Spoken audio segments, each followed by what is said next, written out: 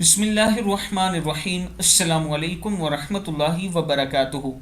ایک دفعہ خلیفہ دوم حضرت عمر رضی اللہ تعالیٰ عنہ نے لوگوں سے خطاب کرتے ہوئے کہا کہ عورتیں مہر کے سلسلے میں زیادتی کر رہی ہیں، تو میں چاہتا ہوں کہ مہر کی ایک رقم مقرر کر دی جائے تاکہ نکاح میں آسانی ہو۔ وجہ یہ تھی کہ عورتوں نے اس زمانے میں مہر کی رقم اتنی بڑھا دی تھی کہ نوجوانوں کے لیے نکاح مشکل ہو گیا تھا۔ مجمع سے ایک عورت کھڑی ہوئی اور کہا، اے عمر، جس معاملے میں اللہ کہتا ہے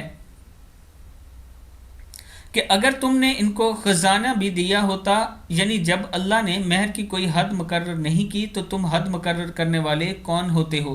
یہ سن کر حضرت عمر رضی اللہ تعالیٰ عنہ، جو کہ خلیفہ المسلمین تھے، جس کا روب انسانوں کو تو انسان جن بھی ان کے ڈر سے راستہ بدل دیتے تھے، وہ عمر ایک عورت کے سامنے خاموش ہو جاتے ہیں اور کہتے ہیں، عورت نے صحیح کہا ہے۔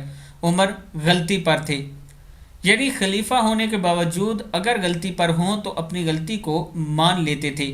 یہ ہوتی ہے ایک اچھے انسان کی پہچان۔ ہمیں بھی اس پر عمل کرنا چاہیے۔ اس ویڈیو کو آپ دوستوں نے آگے شیئر کرنا ہے اور چینل کو ضرور سبسکرائب کرنا ہے۔ السلام علیکم ورحمۃ اللہ وبرکاتہ۔